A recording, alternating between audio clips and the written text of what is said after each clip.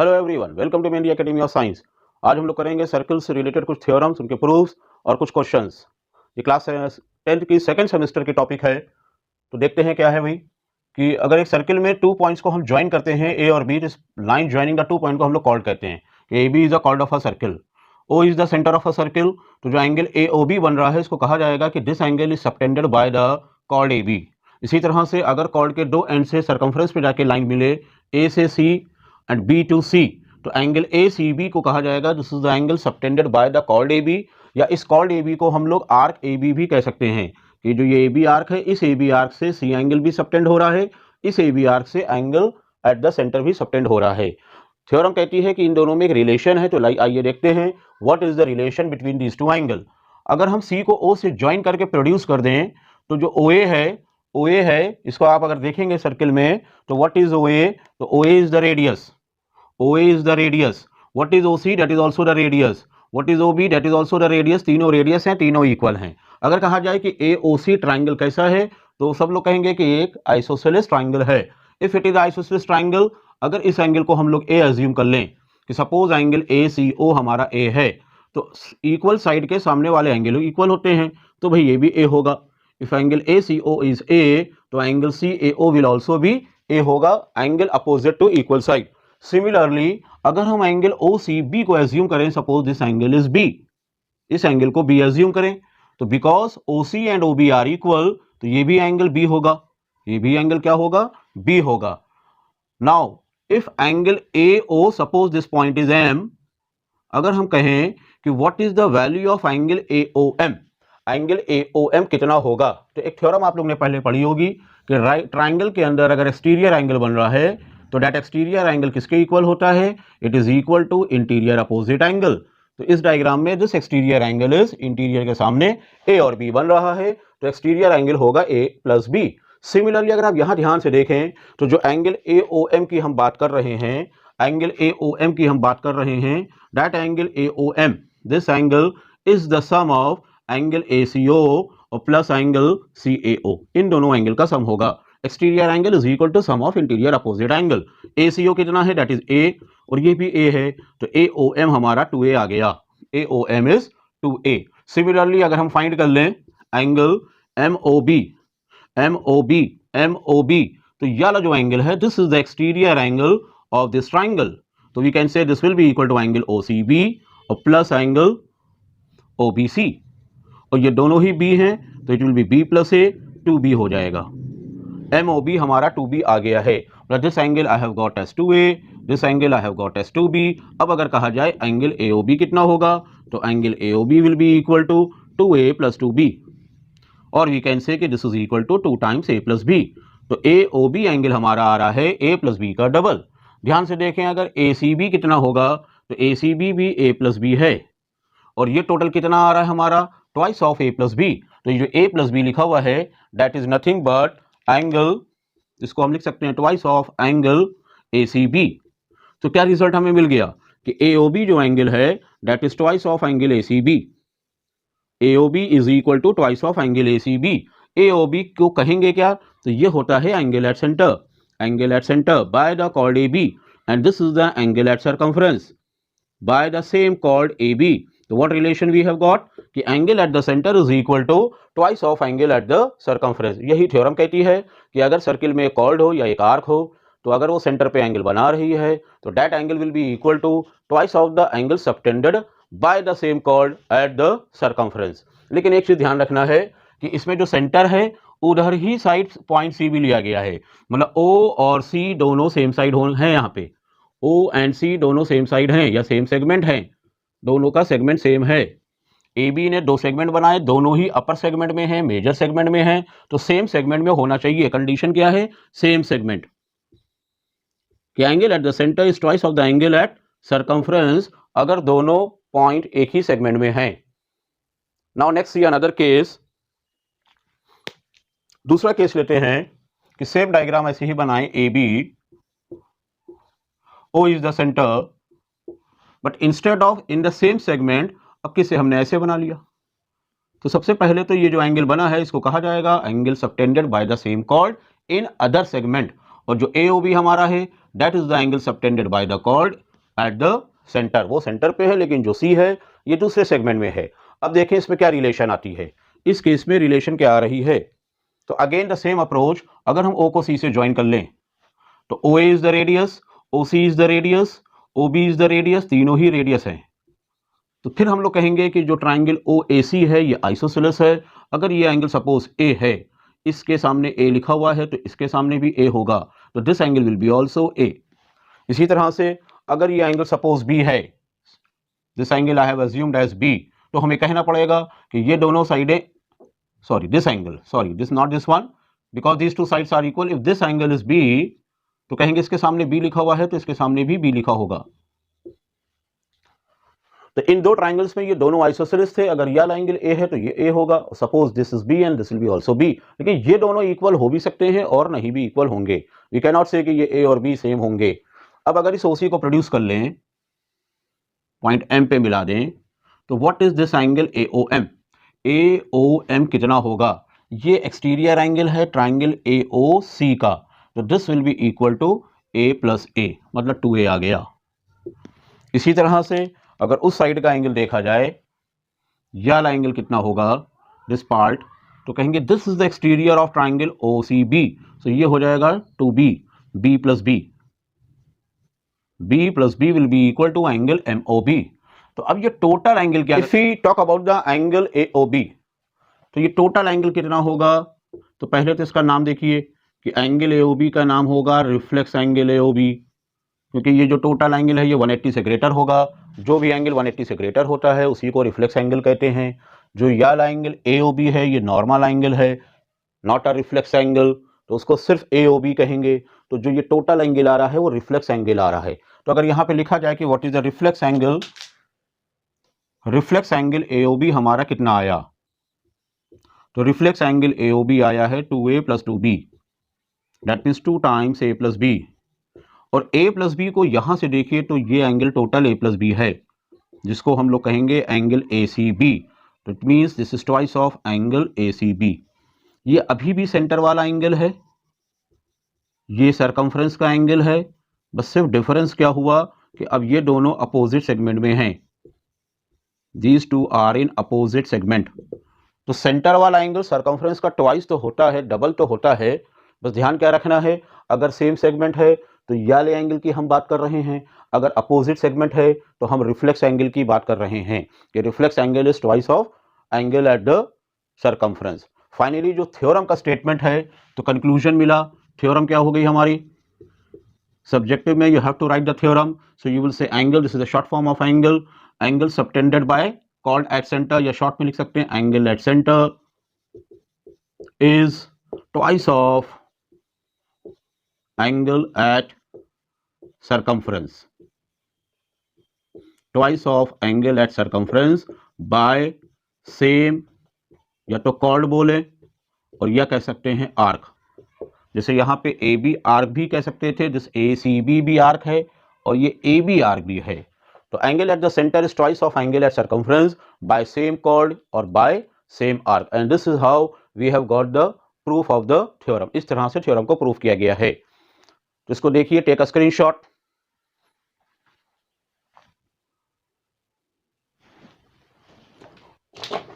So just now we have studied कि angle at the centre जो होता है वो twice of the angle at the circumference होता है। ये पहली थ्योरम है। सेकंड देखिए अब क्या हो रहा है कि सपोज हम कहें कि A B is the chord which passes through the centre, तो जो ए बी है that is the chord passing through centre. जैसे ही हम कहेंगे कि ये कॉर्ड पासिंग थ्रू सेंटर है, तो सेंटर से पास होने वाली हर कॉर्ड को हम लोग कहते हैं डायमीटर। इसका मतलब इनडायरेक्टली मैं कहना चाह रहा हूं ये डायमीटर है। क्वेश्चंस में कभी कभी लिखेगा वो डायमीटर, कभी कभी कहेगा वो इज द सेंटर, और डायग्राम में आपको ए बी एक लाइन दिखेगी which is passing through the centre, तो हमें कहना पड़ेगा कि ये ए बी हमारा डायमीटर है। अब अगर इस डायमीटर से कोई एंगल सबटेंड हो रहा है, the angle subtended by the diameter at the circumference होना चाहिए, तो इसकी वैल्यू कितनी होगी। How to find this angle, हम लोग को सबको पता है कि ये अगर स्ट्रेट लाइन है तो यह एंगल कितने डिग्री बन रहा होगा, तो ये एंगल 180 होगा, नीचे भी 180 होगा। वी ऑल नो दिस कि angle on a straight line 180 degree होता है। ये एंगल AOB जो बना हुआ है इसको हम कह सकते हैं कि this is the angle subtended by chord AB at centre. ये AOB is the angle subtended by chord AB at centre, इसको कॉल्ड AB एट सेंटर कह सकते हैं। और जस्ट अभी एक थ्योरम पढ़ी थी कि जो एंगल AOB होगा ये एट सेंटर है, एंगल एट सेंटर है, ये क्या होगा, ये होना चाहिए twice of angle subtended by the same chord at the circumference. तो ये ट्वाइस होना चाहिए एंगल ACB का। थ्योरम अभी जस्ट हमने पढ़ी थी कि angle at centre twice of angle at circumference, ये शॉर्ट फॉर्म है सेंटर लिखने का, सर्किल बना के डॉट लगा दिए, twice of angle at circumference. तो अब ये एंगल AOB तो कंफर्म है 180 डिग्री है, तो ट्वाइस ऑफ एंगल ACB, तो ये आ गया 90 degree. That means angle ACB कितने डिग्री है, 90 डिग्री है। अब जरूरी नहीं है कि यहीं पे C होता, हो सकता है हम ऐसे बना रहे हो। इस केस में क्या होगा, यहां सपोज D है तो कहेंगे फिर यही वाला एंगल D का डबल होगा, मतलब D वाला एंगल क्या होगा, ये भी हाफ ऑफ AOB होगा, दैट इज ऑल्सो 90 डिग्री। हो सकता है हम यहां पे सबटेंड कर रहे हो एंगल E पॉइंट पे, दिस एंगल, ये कितना होगा, सेंटर से इधर साइड में आ रहा है, ये किसका हाफ होगा, कहेंगे ये भी हाफ ऑफ एंगल AOB है। जब हाफ ऑफ AOB है तो this will be also 90 degree. यहां पे अगर हम बना दें तो ये एंगल भी हाफ ऑफ AB होगा, दैट विल बी 90 डिग्री। तो what conclusion we have got कि angle subtended by the diameter 90 होता है। फाइनली ये रिजल्ट मिल गया कि अगर हमारे पास एक डायमीटर है, AB इज द डायमीटर, तो इस डायमीटर से हमेशा एंगल 90 डिग्री का बनेगा on the circumference, this will be 90 degree always. या यूं कहें अगर ये सेमी सर्किल बना दें, semi circle AB taking as a diameter, a semi circle is drawn, तो इसमें कहीं पे भी सर्कमफ्रेंस पे आप ज्वाइन करेंगे, always you will get angle of 90 degree. तो इस थ्योरम को कहा इस तरह से जाता है कि एंगल सबटेंडेड बाय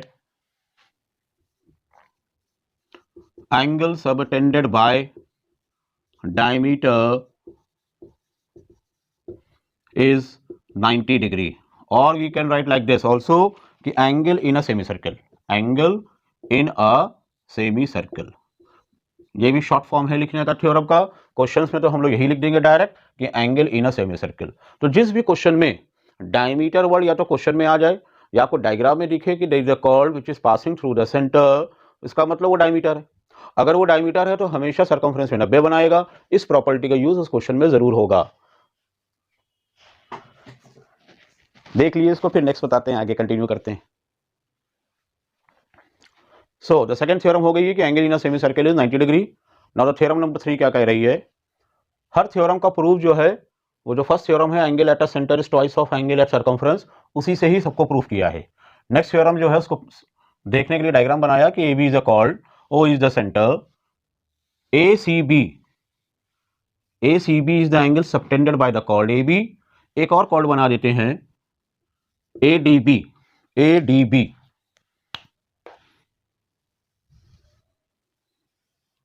देखिए दो कॉर्ड से एक कॉर्ड से दो एंगल बन गए, एक C पे बना दिया है और एक D पे बनाया है। ACB किस कॉर्ड से सबटेंड हो रहा है, कहेंगे AB से।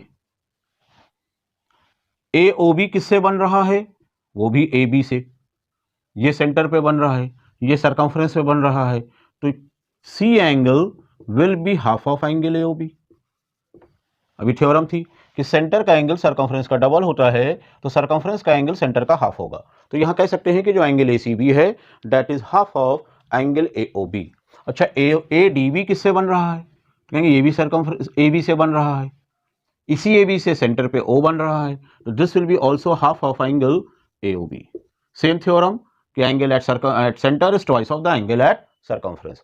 अब इन दोनों रिजल्ट से हम क्या कह सकते हैं कि therefore angle ACB should be equal to angle ADB,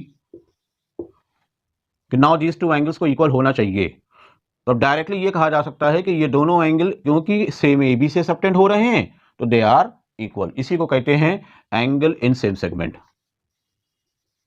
angle in same segment are equal. Segment same होना चाहिए, C और D दोनों एक ही सेगमेंट में हैं। अगर हम सपोज ऐसे नीचे ले आते एंगल AEB, तो AEB C के इक्वल नहीं होगा क्योंकि ये दूसरे सेगमेंट में बन रहा है, वो दूसरे सेगमेंट में बन रहा है। AEB किसका हाफ होगा, ए ई बी किसका हाफ होगा, तो A E B subtended by A B at the circumference. इसी ए बी से जो एंगल सेंटर पे है वो रिफ्लेक्स एंगल लेना है। जब दूसरे सेगमेंट में जाते हैं तो रिफ्लेक्स कहते हैं। तो ए ई बी किसका हाफ होगा, that is half of reflex angle A O B. यहीं पे अगर हम एक दूसरी कॉर्ड यहां पे बनाएं, ये एंगल किसका हाफ होगा, ए एफ बी, तो कहेंगे this is also half of reflex angle A O B. तो अगर सेंटर के दूसरे सेगमेंट में एंगल बन रहा है सर्कमफ्रेंस पे, तो वो दोनों ही एंगल रिफ्लेक्स के हाफ होंगे, बट कंडीशन है कॉर्ड सेम होना चाहिए, the chord should be same. Then also we can say कि इससे भी ये रिजल्ट मिल रहा है कि angle A E B is equal to angle A F B. तो अगर सेगमेंट सेम है तो कॉर्ड सबटेंड करेगी equal angle. In simple language आप ऐसे कह सकते हैं कि किसी भी क्वेश्चन में अगर आपको ऐसा डायग्राम दिख रहा है, ये जो एंगल है किससे बना, कहेंगे सपोज कॉर्ड ए बी से बन रहा है, इसी ए बी से एक और बना लिए। तो जब आपको ऐसा शेप दिखेगा कहेंगे these two angles are equal, ये दोनों एंगल इक्वल हो जाते हैं। क्यों इक्वल होते हैं, angle in same segment, angle in same segment. अगर यहाँ ए है तो यहाँ भी ए लिखा होगा, डायरेक्टली आपको ये अप्लाई करना है कि angle in same segments are equal. Next आता है साइक्लिक कोऑर्डिनेटर। क्या होता है साइक्लिक कोऑर्डिनेटर को हम लोग देखेंगे भी। हाँ बेटा, हम लोग जो है साइक्लिक कोऑर्डिनेटर के बारे में पढ़ेंगे। प्रीवियस थ्योरम्स हमने पढ़ी हैं, अब देखते हैं कि what is the cyclic coordinator. तो साइक्लिक कोऑर्डिनेटर का दूसरा नाम देखिए होता है concyclic. The other name of a cyclic coordinator is concyclic होता है। साइक्लिक कोऑर्डिनेटर क्या कहता है कि a coordinator which has all the four vertices on the circle is known as a cyclic coordinator. In the diagram A, B, C, D, all the vertices are on the circle. तो इसी को कहते हैं this is the cyclic coordinator कहेंगे, या इसको concyclic भी कहते हैं। Now see what are the theorems related to it. कि अगर suppose I am saying कि this angle is A, ध्यान से देखिएगा कि अगर यह एंगल A है कि angle A D B suppose A, previous theorem हम लोगों ने पढ़ा था कि angle in same segment equal होते हैं। तो ये A एंगल बन रहा है AB से, इसी AB से यहां भी बनेगा, तो this angle will be also A।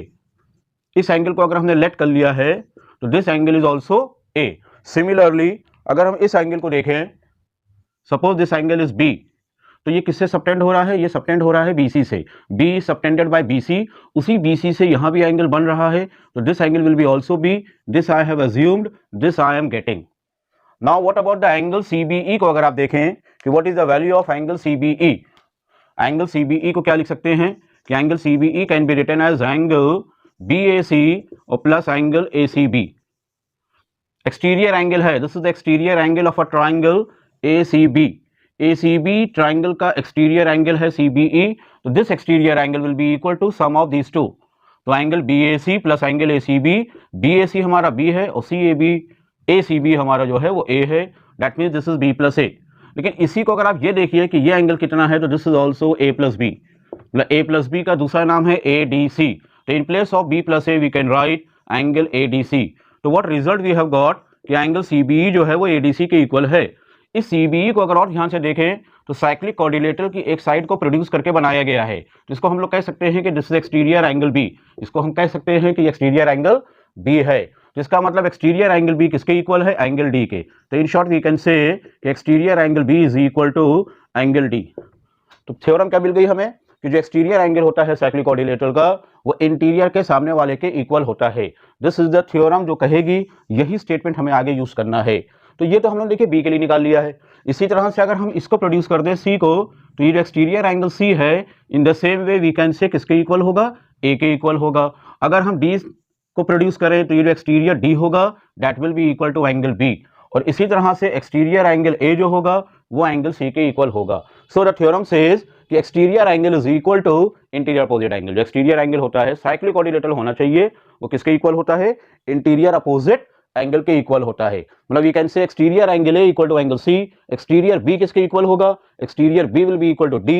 Exterior C किसके इक्वल होगा, that will be equal to A, and exterior D will be equal to angle B. ध्यान से देखिए भाई, नेक्स्ट चीज देखिए इसमें और हम क्या कह सकते हैं। अगर एंगल एबीसी की बात करें, if we are interested in finding angle ABC, तो angle ABC plus exterior angle B 180 होगा। Angle ABC plus exterior angle B will be equal to 180 degree. Angle on a straight line होता है। अब ABC plus just now अभी हमने देखा कि exterior B का दूसरा नाम क्या है, कहेंगे एडीसी है, कहेंगे एडीसी है, इन दोनों का सम भी 180 होगा। Now you can in short say कि angle B plus angle D will be equal to 180। B और डी का सम 180 है, और ये बी और डी है क्या, तो ये बी और जो डी है these are the opposite angle of a cyclic quadrilateral. तो किसी भी साइक्लिक क्वाड्रिलेटरल में अपोजिट एंगल का सम 180 होगा।